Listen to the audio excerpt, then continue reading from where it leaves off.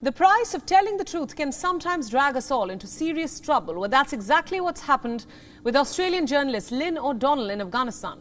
O'Donnell, who writes for Foreign Policy and other publications, was detained by the Taliban intelligence agents and was forced to make a public apology. The Taliban claims that she had broken their law and offended Afghan culture in her reports. O'Donnell said that the men forced her to delete and edit the tweets and recorded a video of her denying that she was coerced into making the retraction. The Taliban claimed that her articles were fantasies, lies and concocted, and based on sources that didn't exist.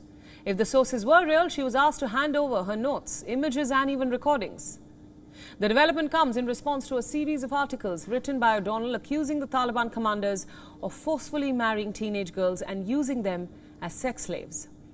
The journalist said that the agents also took an issue with her reporting about the LGBTQ community and claimed that there were no gays in the country. The Australian journalist has reported from Afghanistan for more than 2 decades, filing hundreds of reports and interviews from around the country. However, following her detention and threats, she departed the war-ravaged country. In an exclusive conversation with WION's Pakistan Bureau Chief Anas Malik, Lynn O'Donnell spoke about her ordeal and what actually happened in Afghanistan. She also spoke about how press freedom has crumbled in Afghanistan since the Taliban takeover. Listen in. Had been detained by people who told me that they were operatives of the Taliban's intelligence agency. They held me for 4 hours and they threatened to send me to prison unless I made a confession that reports that I had written for Foreign Policy magazine were fake, that I'd made them up and that the sources that I had quoted didn't exist. I said to them a few times, sorry, and that wasn't enough. They wanted me to make my apology, as they called it, public, and they dictated the words to me. They edited them. They sent them to somebody they called their boss, their superior, who re-edited them, and they made me send the tweets. They even took my phone and made the one tweet into 2, so there was a thread, and that's what happened. The Taliban have been muzzling the press for a lot longer than they have been in power. They took power in Afghanistan last August the 15th, but it was a rollout across the country. And as they took control of districts and cities, they closed down Afghan media organisations. They detained journalists. They beat them. They killed some.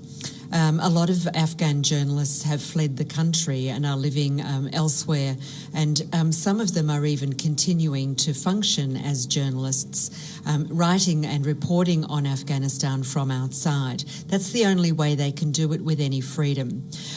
What is happening to the surviving media organisations is that they're having to second-guess themselves. They're not really working as journalists, and they know that because Afghanistan had a very free and feisty media sector before the Taliban came in.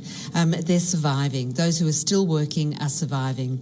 And there are people who say that journalists in Afghanistan are able to operate and do their jobs undeterred. That's a lie. That's not true. I've spoken in the past few days, when I was in Kabul even, with people who are independent media monitors, and they're still doing their work in all 34 Afghan provinces, but they just can't publish anymore. And they tell me people who are still working in the sector are second-guessing, self-censoring, and they work in fear.